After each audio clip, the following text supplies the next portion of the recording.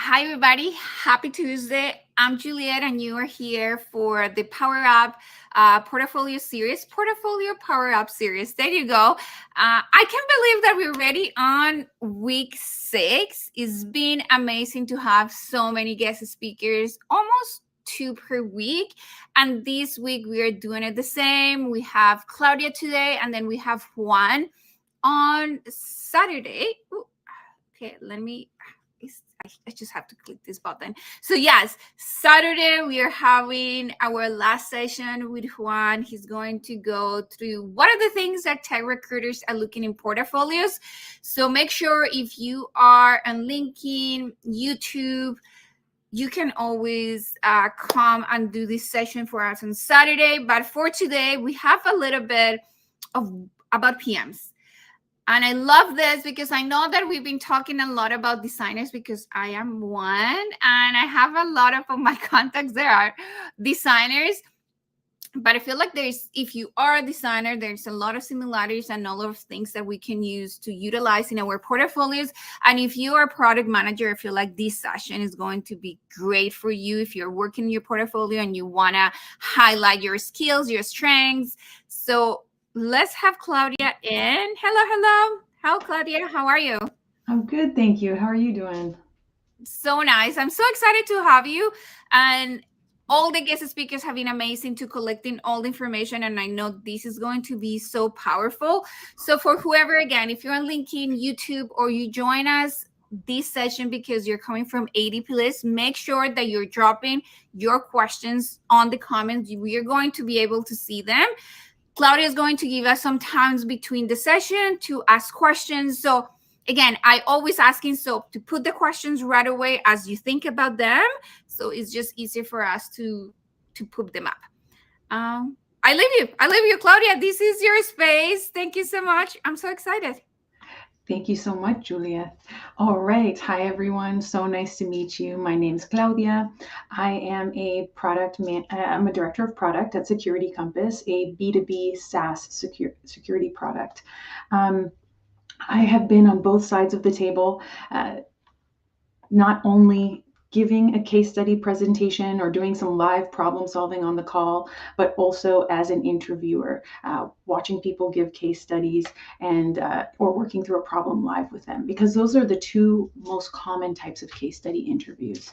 Now, in my spare time, I like to ride motorcycles and watch horror movies, which for me is not over yet, even with the holidays approaching. But yeah, I'm really excited to chat with you about what you can do to make the product management case study a bit easier, how you can use AI to really accelerate and spend a little bit less time on it, because I know we all have like personal commitments. Case studies are very nerve-wracking. I've done very badly in some of them, and so I hope that you learn from my mistakes. I like to think I've gotten a lot better now with time and a lot of practice. So I'm really looking forward to sharing with you some of the things that I do to prepare myself for them. So we're going to move into what an interviewer is looking for when they're evaluating you for your case study. So the most important thing that they're looking for is how you solve problems. They are domain experts, industry experts, and on their company, the users, the problems they're solving. But the thing that you bring to the table that they're really looking to understand is how you approach problems. And that's the most important part of the case study interview. And so I hope that takes a little bit of pressure off of you, because they don't need you to be the smartest person about their product. They just need to understand how you solve problems and why you're taking certain actions. The second thing they're really looking for are your communication skills. It's not only about how you present the case study or how you work through a problem with them live on the call. It's also about the rapport you build with them. It's the questions you ask, confirming that your hypothesis is correct when you're doing a live case study. That's really critical, and it's an opportunity for you to show off your professional skills, not just about what you know about their product or the industry, but also, how you present yourself. The next thing that they're looking for is your analytical abilities. And I think this is the one that when I was an early PM, I really didn't feel confident in. Even today, I wouldn't say that like data is my strongest suit, but it's something that I've gotten a lot better at. But particularly when you're in a case study, presentation or interview stage, you don't have access to a lot of data that the company might have. And so I'm going to share a couple of ways that you can get data from other sources that you can still use in your case study that will still be valuable for you to justify why you're making certain recommendations or certain assumptions that'll help you there. And finally, depending on the level that you are interviewing at, they're really looking for your strategic thinking. How can you connect this problem statement in the case study to the goals of their business? Very often, the case study problem statement you're working off of is a problem they're actively working on right now, or one that they have recently solved for or tried to work on in the past. And so taking a big step back, it's really important to tie that problem statement in the case study to those larger business goals, because that's what you're doing, whether you're an engineer, a designer, or a product manager, really that thread back to the business. And so I know that's quite a few things that they're evaluating you on, but again, it's an opportunity for you to showcase your skills. All right, now I mentioned there's about 2 types of case study interviews that are most common. And that first one on the left is really around that live problem solving, where they share the problem statement with you, either the interview before, because when you get to the case study part, you may be 2 or 3 interviews in, or they give you that problem statement in advance and you're expected to create a presentation around it. Now, the live problem solving interview, this is where I myself in the past have struggled. It's a little bit difficult to take something you're not that familiar with and walk through it with someone. And the homework assignment is genuinely where I feel more comfortable, because I have time to articulate and prepare my thoughts. And I even have time to perhaps send my presentation to someone I trust, a friend, to provide me with some feedback. I think the key thing here is to really work with the interviewer before the case study or the recruiter for that company and ask them, what is it that you're looking for in the case study? And often they give you so many clues as to what the interviewer is looking for. I like to spend a little bit of time doing, some LinkedIn looking at who I'm going to be speaking with, so I understand kind of their career trajectory, what they might be most interested in. And I think the thing to really stress here is that they want you to be successful. You are probably already deep into the interview process when you get to the case studies stage. And so really rely on that interviewer, that HR person or that recruiter, to provide you with the context you need to be successful. I have found that they have given me incredible clues as to how I can present the case study in a way that's going to resonate with the person interviewing me. And that's really helped me a lot. So don't be afraid to set up a call with them or send them an email asking them lots of questions. So I wanted to share some examples of product case study questions. There are some links here, which I will share with Juliet, but if we take that first one there, we're finding that a certain percentage of users don't make it through our onboarding process. What would you do to fix that? We'll use that as our common thread throughout this presentation. When we talk about what are the things that you need to do, what are the questions you need to ask, what do you need to answer when you are doing a case study interview. So one of my favorite ways to use AI right now is to do some very quick research. Now, it's not perfect, but because case studies take a bit of time, I really want to use a tool to help me get up to speed quickly. it's not very often that we know the domain or the industry or the problem space that well. And so I've provided a prompt here that you can use with 𝗂𝗏𝗄𝗏.ai, which is a free tool to really understand what is the company that you're interviewing with, what value do they provide for their customers, what does the market look like, and who are their competitors. And if you want to find out a little bit about possible solutions to solve the problem, you can even ask them to identify opportunities. I find it's a really great way to get up to speed quickly. And again, the goal is not to be an expert.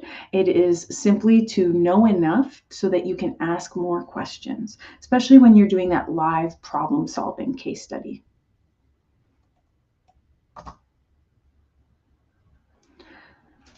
So I keep talking about the problem statement in the case study, and that is the most critical part. And that is where people like myself and many others, we often rush to the solution.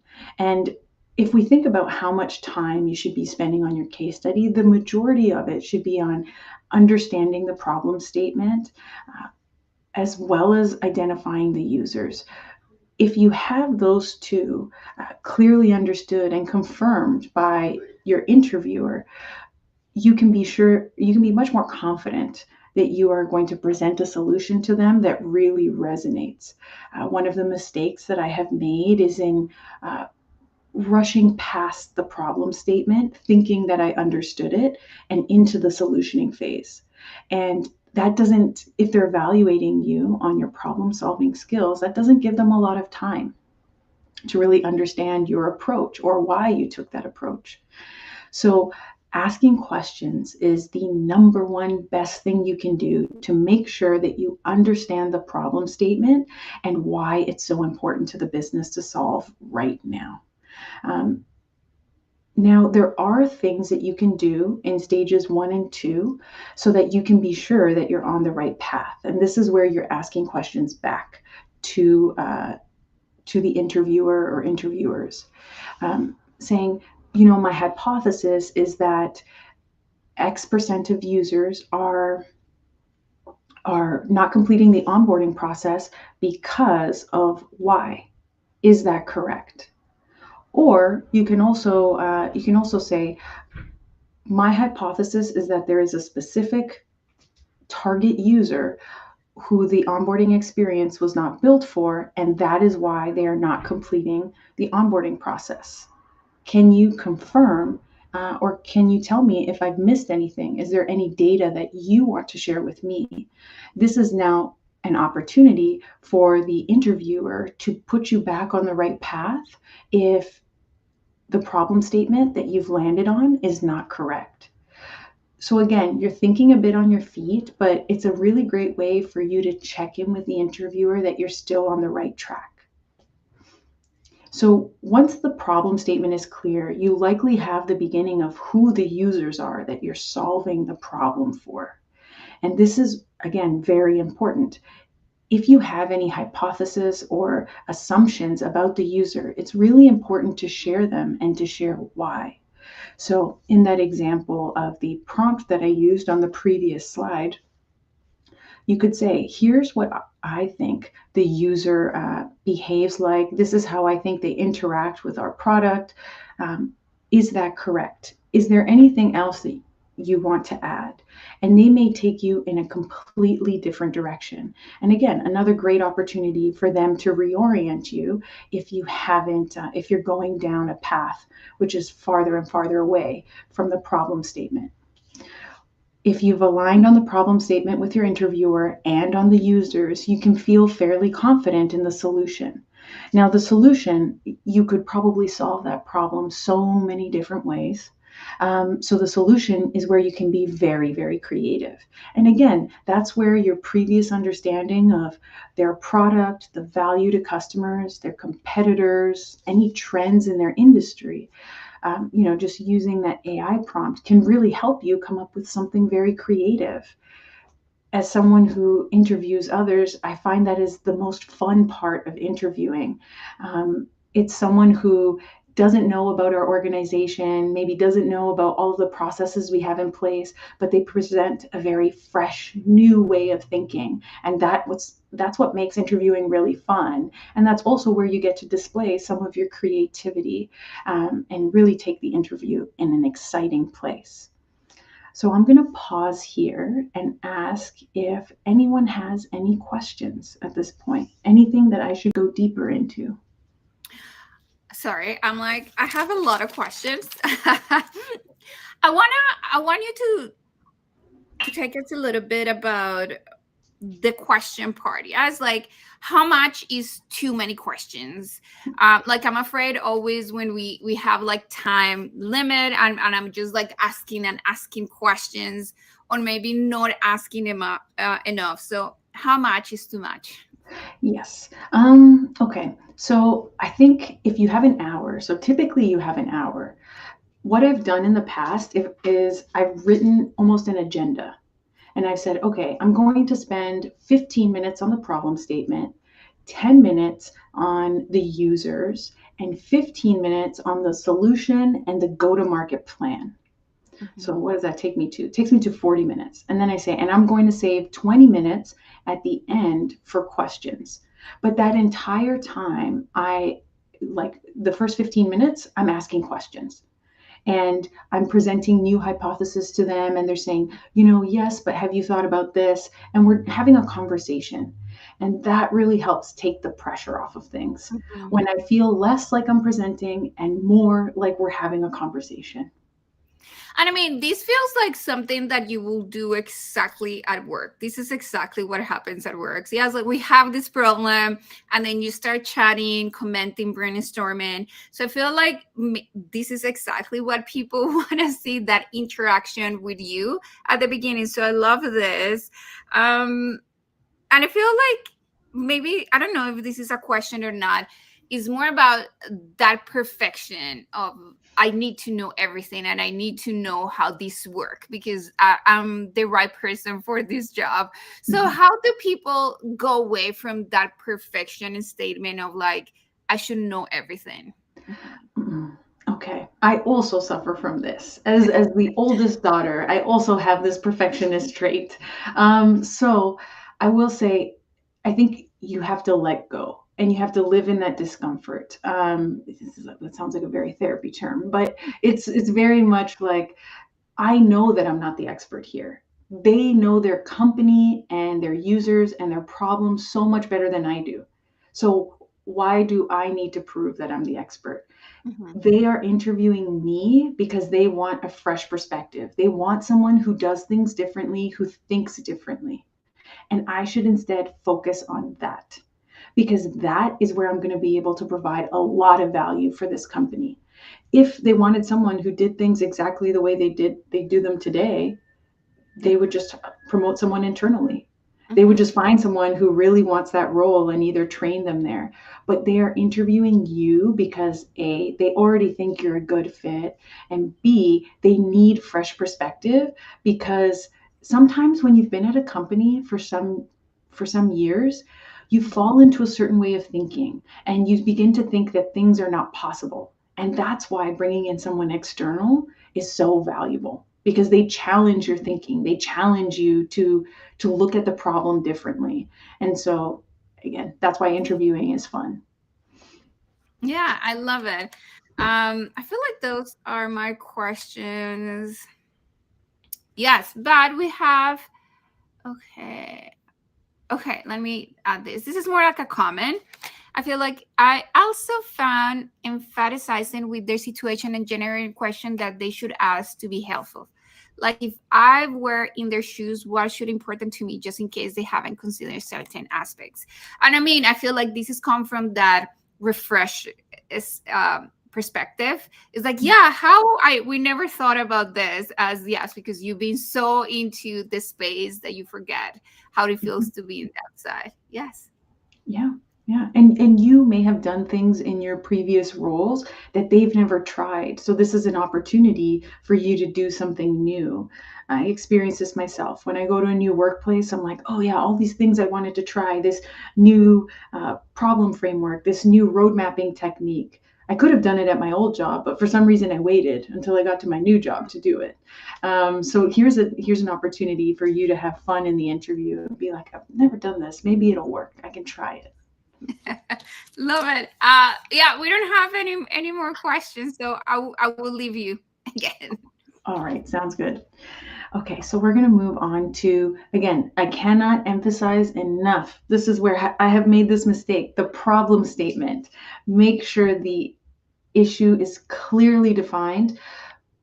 Again, that research that you do at the beginning will help you ask questions that, ask for more context, but also put things out there. Say, I'm making an assumption that this is the reason why this group is not finished completing their onboarding successfully.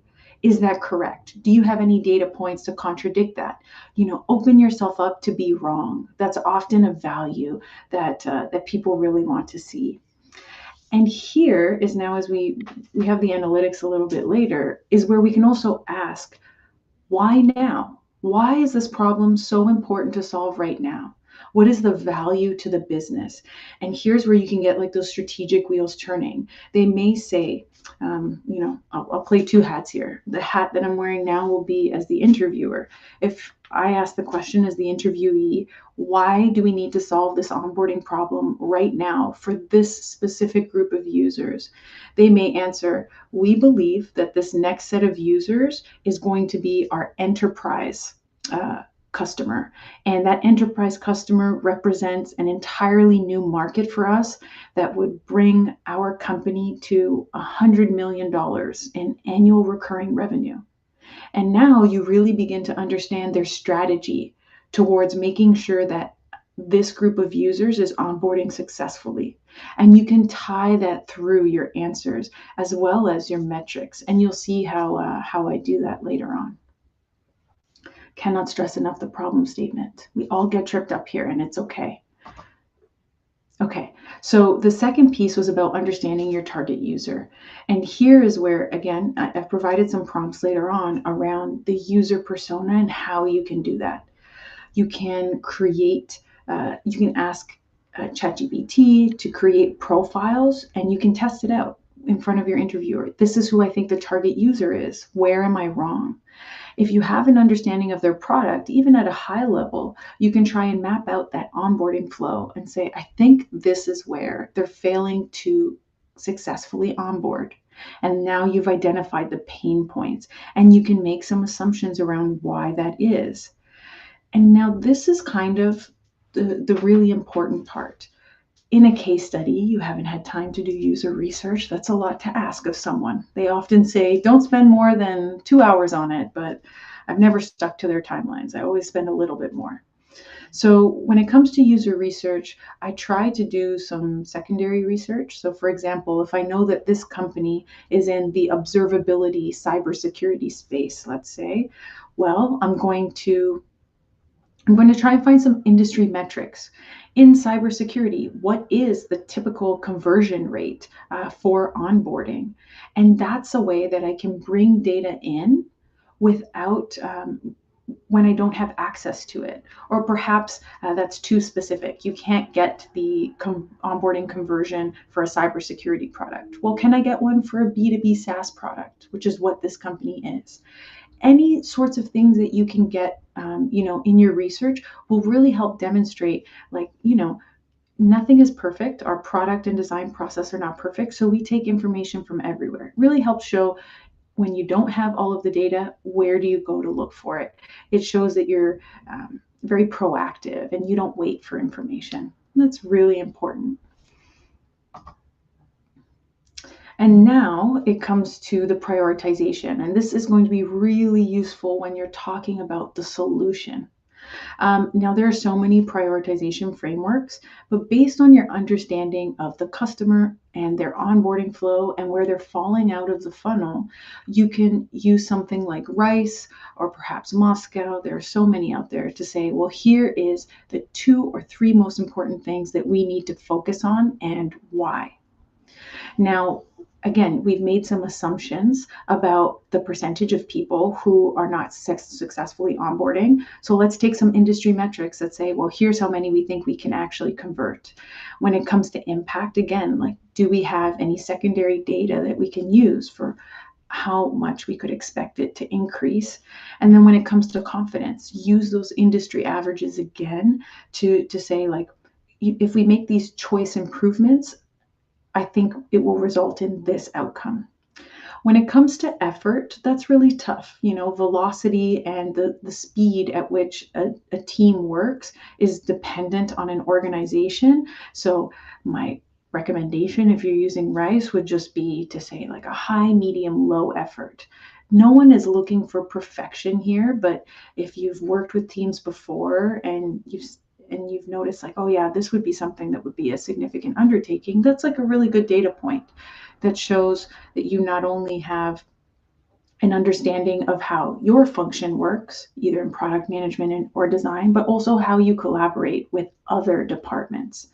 And that's something that's really critical, is demonstrating how you work with others throughout this and some of the answers that you're sharing. I'd like to pause there just because I see more items in the chat and I wonder if there are more questions.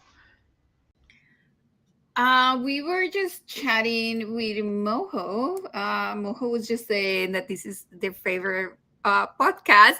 But I feel like when you're showing this and you see all these frameworks, how do you choose? And I mean, I feel like these come kind of with experience, with things that you have done in the past, as like what to choose from and frameworks. But what would be something recommended for someone who is studying and maybe doesn't have a lot of experience? Yeah. That's a fantastic question. So someone who's just starting, if we go back, we had the user journey here.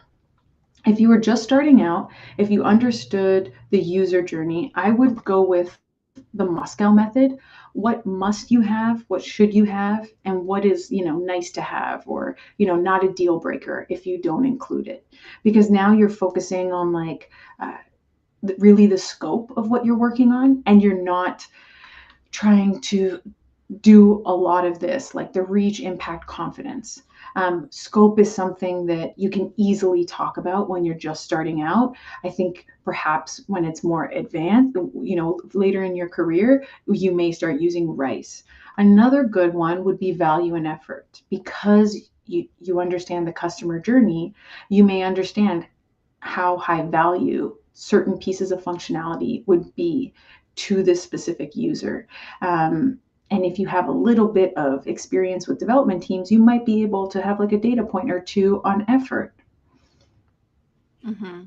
And I feel like this is one of the things that maybe at the beginning, someone who is starting to struggle the most, because I feel excited about all the things that I can do. Yes, it's like, oh my goodness, I have this great idea and I can do this 10,000 things. And I think this is a great point about like coming back and it's like, can I do all of this? Yes or no? And then if I know that, I mean, it's usually like a no, that I cannot do all my great ideas, is like, how do I prioritize? And this is a good one to keep bring us back to the ground level and said, okay, let me see what I can do. And I think it's a good way for people to organize their ideas, is just with something like this. Yeah, and that's the hardest part of case study interviews, is organizing your ideas and presenting them in a way where the other person can understand you.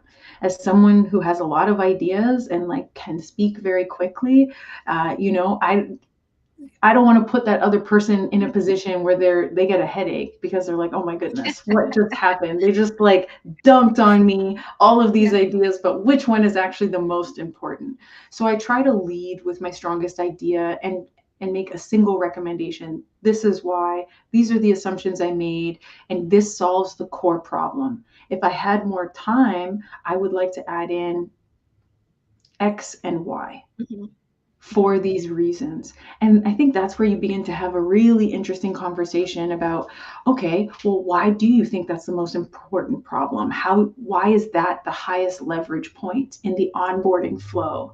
And you begin to go back and forth because, again, it's a conversation. You may learn some things where, I mean, who knows? They might tell you, we tried that and it didn't work. And you're like, okay, well, what didn't work about it? What were the outcomes you were trying to get to? What were the metrics you were measuring? And it didn't work. And you might learn a lot there. I was going to say something that I really like, and in this come from the beginning, and something that you keep mentioning throughout is the research and the preparedness. One of the first things that you said is like, oh, I will lay down like an agenda of things that I'm going to do and the time that I'm going to spend. And I feel like that's going to help a lot into coming into this. It's like, okay, I did all the questions. I know my user. Now I have more ideas. What do I do with that? And then we come into this point. So I love that. It's like, it's so hard if you go to any space without being prepared. Yes, it's like if you have, I mean, I have done it. Riding a bike for like 200 kilometers. I didn't prepare for this. So you know how you will feel if you haven't prepared for a bike ride of 200K. This is exactly what happened. I feel like if you come with knowing what did they do, you have done your research. So it's not that you come into like a empty Canva. You have like a lot of information that you can utilize for this type of decision making. Exactly. And, in the same way that your interviewer wants you to succeed, like you also have to want to succeed and invest that time in. And it can be very hard. Like we all have very busy lives. We have commitments, but you get in what you put out. And I think the hard part about interviews is like they ask you to do something which you might do unconsciously. They're Yes. asking you to articulate your thinking, which is so difficult. And the more you practice, the better you get at it. When I first started practicing public speaking, or even for this presentation, I film myself and I watch it back, even though I hate the sound of my own voice, like everybody else. It's so painful to watch, but it's really the only way you get better. Practicing in a small group also really helps. If you have several friends or peers who are also interviewing, it's a great way for you all to help each other. So cannot stress enough how much practice helps. Yes, exactly. Okay, I don't have any questions on the chat, so I will leave you again. All right. So now, case studies can go several ways. They may ask you for the whole end to end. So here's the problem statement, bring it all the way to market. How are we going to get it into the hands of this user? How are you going to take this strategy, this plan, and implement it into our product? And so here's where you can talk about your design process, your product process, how you work on problems, how you work with other departments. Again, that's part of those professional skills. Problem solving, you could argue, is a bit more of the hard skills, but the professional skills is how you work with everyone else. And that's often what sets you apart in the interview process. Are you working as a product trio with design and engineering and product management, and you're collaborating and you're brainstorming together? You're working in a very agile way.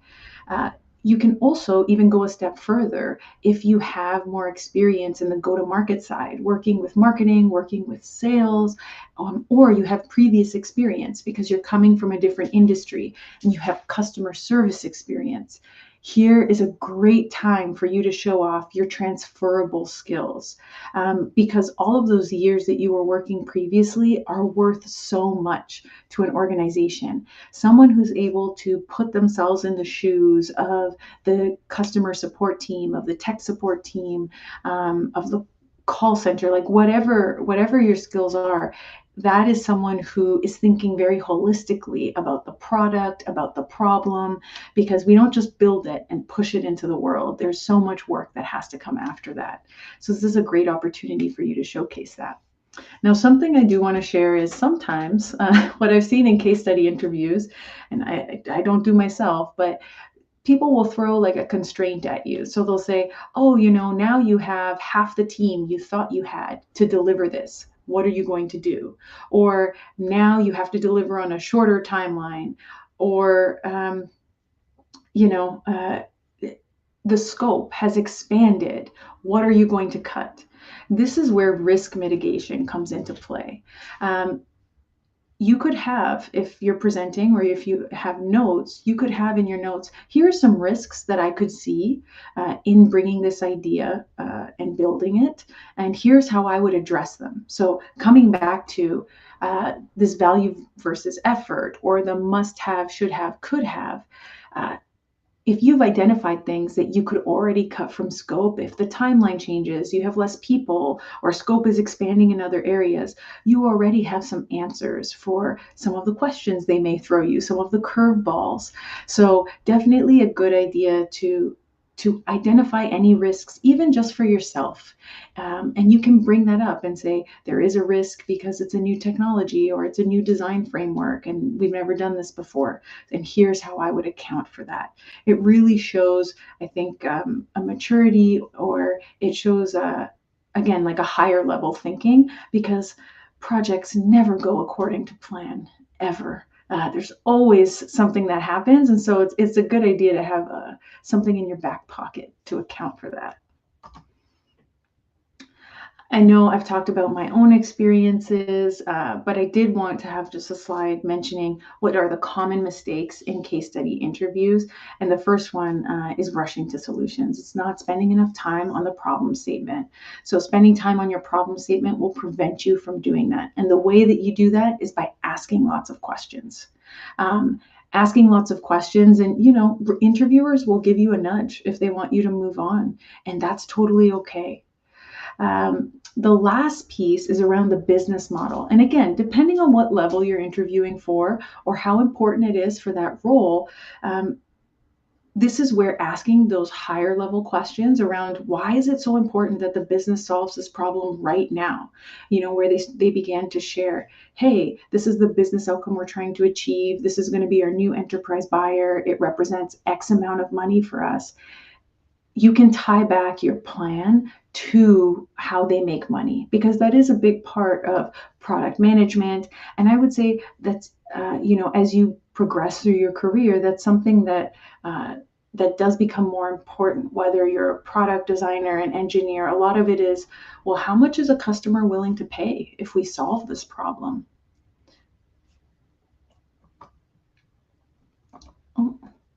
Yes, we talked about analytical skills and what do you do if you don't have the data that you think you're going to need to answer some questions? And I mentioned, really use secondary research, use Perplexity, use ChatGPT to pull out industry standards about the market that they work in. ChatGPT and Claude also do a really great job of showing you insights across data sets. So it's not like you have to go and crunch a lot of numbers in Excel yourself. You can really ask these AI search engines to surface very important information to you that you can then use in your interview. And data is not the end all be all. As I mentioned, data was not my strong suit starting out. It's just a single data point. In the same way that user research is a single data point, you often have to use them together. You can make assumptions about metrics that you think they will be tracking as well. And on the next slide, I have some examples. So if we come back to X percentage of users are not completing the onboarding flow, and the reason it's important for our business is because we think in the next 2 years, this is going to be our target enterprise demographic, which represents so much money for our organization. If we start with the base, we need to increase this successful onboarding of this person. We think we can increase it by 30% by making these 2 changes or this 1 change. And that's because this is what we see from industry standards. Well, we know that in this industry, they convert at a rate of 50%. These are very fake numbers, by the way. They convert at a rate of 50%. Okay, so if they convert at a rate of 50%, how much more money does this represent for the organization? These are the things that really show your interviewer that you're thinking at that higher level. However, I do have a little trick to help you get there. Before we go to that point, I mentioned how when you're implementing, it's about like the holistic end-to-end user experience, which you're all very familiar with, I'm sure, as product managers or product designers. Again, do that market research through Perplexity, and then you can do a bit of digging on your own. And then also, how do you position this? How are you going to sell it to these customers? Here we have channel. What is the most appropriate channel? In the onboarding example, that's not necessary. But then how do you launch this? How do you roll this out? Again, depending on how large the case study is, you may go to this level of depth, but they will let you know when you ask the interviewer how deep you need to go. I did mention risk assessment and mitigation. That's a bonus, a nice to have in the back of your presentation or in the appendix of your notes. Again, just in case they throw you a curveball and you have to cut some scope, or you have far fewer people that you're going to be working with on solving this problem. It's a really nice thing to have in your back pocket in case you get thrown a question like that, as I have. I do have some prompts here that you can use that will help you understand how the market research of this product, the strengths, weaknesses, and opportunities of the competitors or the product itself, what kind of product metrics you should be using. So I shared, it represents this much in revenue, this much conversion to paid. You could ask ChatGPT or Claude to come up with the metrics for you. It's a great way to save some time. And also, who are the target personas? What are their behaviors? I found that using Perplexity.ai has been a really great way to get some ideas and really help save me a lot of time in my own research. But I want to pause here for a moment and ask if there are any questions. I don't see any questions, but I just ask people to make sure that they are put in the comments. It's really quiet today, honestly. I feel like there is a lot of information to digest, and I feel like people are working on that. Oh yeah. Sorry. I think for me, I was thinking about, I know that you're giving us a lot of spaces where we can gather some information and data. I'm going to jump a little bit outside of this for a second, because a lot of people that are always come is like, okay, I'm working in a project or working a project where it's not real, so I don't have anything to pull from. But I feel like I love this of the standards of the market and what are they looking for, so we can kind of guide ourselves when we're working in projects. But what would you recommend for projects that are like not real? Okay. I think, so let's say your project was in educational technology and it was targeted towards kids. I would look for like a white paper. I would use this market research prompt or the product metrics prompt to say, okay, so if this is my product, if this is the problem I'm solving, how should I measure what success looks like? And then once they give you the metrics, be like, okay, well then I'm going to use this. Maybe that's my starting point. If the outcome of your educational technology problem was to improve kids' reading from like one grade level, if that's the outcome you want, work backwards. Before you get to the one grade level, what do they need to improve? Maybe they need to reach their current grade level. Maybe that's where they're starting from. They're not at their current grade level. Okay, what's in between current grade level and the next grade level? It might be comprehension. It might be retention, or like reading it out loud. Those could be the milestones on the way to your outcome. And again, if there is some data out there, I don't want to say AI is the end all be all. AI is wrong all the time.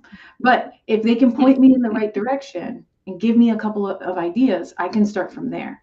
And I can spend my time thinking deeply about what the best metrics would be, the best data would be, instead of spending my time trying to figure out what the data is in the first place.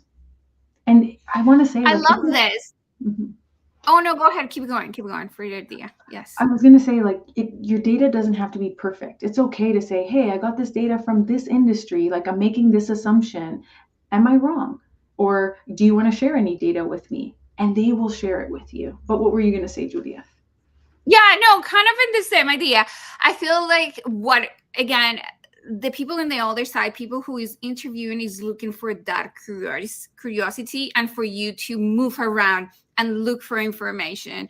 It is like, and again, and this is something that I have repeating the other with the other guest speakers, is all about the storytelling that you're saying. If you're saying, yes, this is not important, this is not relevant, I don't know what information, that's what the interviewers are going to learn from you, instead of like, hey, this is the information that I found, I did my best to match it with the market.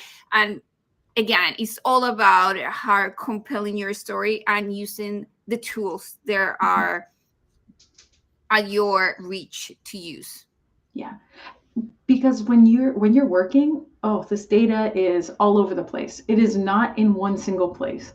The amount of times I have to pull things together in an Excel sheet, and the data is not clean. You have to clean it up yourself. It's not perfect. You're making assumptions. And I do just the exact same thing. I make a deck and I say, okay, here's what I got from the data, but I will say, here's the assumptions I made.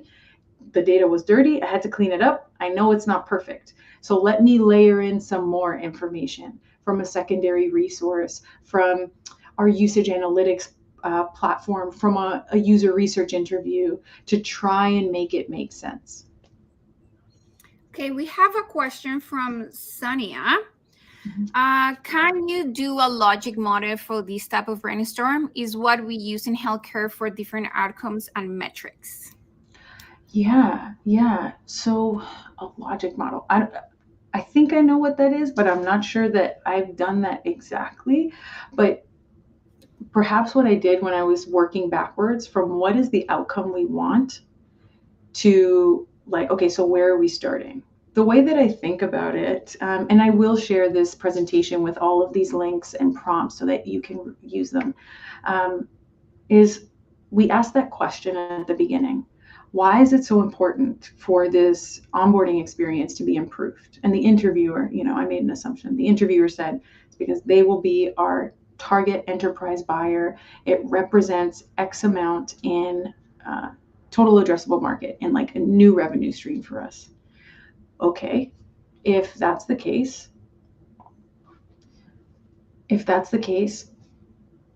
and we need to increase onboarding, like typical onboarding conversion rate is 50%, and that represents X amount of money. How do we get there? What are the 2 pages where they're falling out? Okay, so they fall out here at a rate of 10% and here at a rate of 40%. Okay, so if we increase this by 20% to a total of 30, and we increase and this one stays at 40, will we get there? Will we get to that outcome? So it's really about working backwards. And that's why starting from that strategic piece, like, why is this so important that you solve right now, helps you. Because often what's going to happen, and this happens in the workplace all the time, someone says, well, we could solve that problem a different way too. Maybe it's not the onboarding. Maybe it's marketing. Maybe it's the product itself. Perhaps we're not surfacing value fast enough. And that's why starting with the problem is so important, because often customers, or even us in the workplace, we will lead you to the solution that we want. We don't mean to do it. We don't mean to be biased. We don't mean to plant the seed of what we want, but we do it anyway because we get wedded to our ideas. And this is where we have to challenge ourselves and say, okay, the outcome was new enterprise buyer, represents like 2 times new addressable market. How do we get there? The hypothesis is it's the onboarding conversion. That's what we need to improve. And we know that it's these 2 pages where people are falling out. So if we assume that it's onboarding conversion, and you can say that, I made this assumption that this is going to help, now you can focus on, all right, so where do we need to improve the funnel metrics for these pages so that they get the outcome that they're looking for. I hope, Sonia, that helped. If not, I'm just going to look up logic model and I'll try and build another one. Love this. I think as you were chatting, talking all of this, it's like, oh my goodness, I feel like, and I'm already like putting you on my list for this without even asking. I feel like doing a live of something like this, it will be so powerful and useful. I feel like this is when people is so afraid of like how these will look like and how I can do it better. So maybe we can have a live session of how to do it. Yeah, it will be really cool. Oh, I would love that. I would happily be the interviewee, and Yes. Julia, you can be the interviewer, and we can role play. I love role playing. Yes. Love it. Okay. I don't have any more questions. And again, people, we still have, I feel like you still have a couple. I see. I love I forgot now the word, the stepper that you have on the bottom. Yes. Oh, yes. It is fantastic because I'm like, how many slides do I have left? Love it. So again, I mentioned there's two types of case studies. Here are really the points that you need to hit for those case studies. And they're similar, but they're not exactly the same, because in live problem solving, you're asking a lot of questions, you're going back and forth. In the case study presentation, here could be some examples of how you are, of like slide titles that you would be walking through. So when you're live problem solving, you want to clarify the problem, identify what the outcome is for the business, make sure you understand the target user, and provide your recommendation and the why, as well as those trade-offs. When you're presenting, you can, again, hit much of the same format. Sharing what the problem statement is as you understand it, asking for clarification, setting goals and business outcomes. Again, the difference between the two is in the case study presentation, because you've prepared in advance, you are making assumptions, but you can share them as you're talking and give them an opportunity to correct you. You can outline who the target user is and give them that chance to correct you, and then make your recommendation and share what those trade-offs are. So that's the commonality between those two. I've found so much value in sharing my case study presentation with my friends when I have to do a presentation, but when I'm live problem solving, I usually have like a doc organized with headings, and there I put any notes, any research that I've done, and an appendix with anything else I thought was interesting, but I might reference. I know case studies are a lot, so it's okay if we don't have questions, but I'm always open to any of you reaching out. Here on this last slide, I have some links to some of the products that I use. They all have free options. And I also have this really great interview. It's a whole YouTube playlist on these types of interviews and how to prepare yourself for them.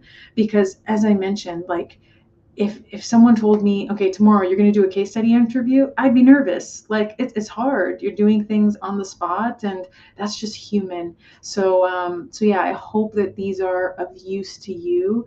And if you have any other questions, I would be so happy to answer them. Yes, I had you for a second by mistake. Sorry, I had you for a second by mistake. But I love this. There is a couple of people that they were asking about the presentation and all the tools. So Carlos and Anahi, there you go. Claudia is going to be sharing this with us. I will put it later on the YouTube and LinkedIn. So both cases is accessible for everybody. Let me hide this for a second. Sometimes I get excited with all the buttons that we have. This was so good. I feel like, again, as I was mentioning at the beginning, either if you are a product manager or a UX designer, product designer, this is really valuable to have a structure, be prepared, and being intentional. I think that's going to be a winner beyond perfection. And I feel like coming back to what is perfection, there's not such a thing. It's all about prepare and practice. Practice is going to help you a lot. And again, don't do a 200 kilometers ride bike without preparing. You will feel really bad. That's a bad idea. Yeah, I want to say thank you so much, Julia. Thank you for all of you who asked questions, who provided comments in the chat. I know it's a lot to digest, but I hope that this helps demystify some of the case study process. And please know it's a very human thing to be nervous. I myself still get nervous, and it's like Julia said, it's not about perfection. It is about trying your best and showcasing those problem solving skills. That's what really matters in this type of interview. I wanted to ask you from the other side, you as an interviewer, what are the things, what are the skills that you're looking from people and I know that we went through this already, but let's go through those again. Yeah, so the number one is problem solving, but that's like, let's say, more technical or hard skill. The curiosity piece that you mentioned previously, that is critical, because that's what I want someone to bring into work every day. And also an openness. If I steer someone in a different direction because perhaps they were going down the wrong path and they get defensive, like that showcases, like, is that how they're going to react? I know that the way we are in interviews is not who we are. It's a very stressful situation, but I think they're really looking for, like, is this how you will act in the workplace? So thinking about that, if you are someone who's very easygoing, who's very funny, try and bring that humor to your interviews, because that's who they're hiring at the end of the day. I love this. And again, this is something that we have been talking a lot from the last 6 weeks, is that part about who you are, your unique self. And this is always like a balance that people is really afraid of. And doesn't mean that if you are not funny and loud and everything, that you need to bring that into the table. Is more important. Is like who you are. That's what you should be chatting with. For me, I feel like that's the hardest part. Try to be a little more calm and less bubbly. I'm bubbly. There is nothing that I can do about not being bubbly. So that's what I'm always going to bring, because you want to see how do we interact together, how do we work, how that, again, our personalities blend when we are working. And yes, this won't be my real me all the time, because it's an hour where I'm really stressed because there's a lot of information and there's a lot of things that I want to demonstrate. But I feel like, again, being yourself, being curious and asking questions is going to help a lot for this. Yeah. And everybody wants that in a coworker. Think about your favorite person you've ever worked with and why they were your favorite person. Like, try and channel that. And as someone who's like a little bit more reserved, I can open up a lot, but I have to try really hard in interviews to like showcase that part of me. And it doesn't feel that comfortable, but it wouldn't be true to myself if they didn't get any of that from me. Yeah. I have to show them a little bit more than I normally would. Love it. And again, Claudia, thank you so much. I'm putting you down for my calendar for the live session for how to do this with, like a pretending case study. I would love that. I feel like people really appreciate. And I honestly, like when you were saying, oh, I'm still feeling scared about doing this. It's like, I mean, how many years of experience you have in your belt, and it's still something that is scary. So it's not easy. I'm not saying that it's not easy because you don't have the knowledge, but because of the situation. I love that. Oh yeah. Like I said, it gets easier with practice, and even with years of experience. You're right. It doesn't get that much easier, but we try. Thank you so much, everybody. Thank you for joining us again for Tuesday. And do not forget, on Saturday, I'm having Juan, our guest speaker. He's going to be talking about what do tech recruiters are looking in portfolios. Is going to be a lot of questions. So make sure that you come prepared for questions. Claudia, thank you so much. See you next year for this one. Happy New Year. Thank you. Bye, everybody. Thank you.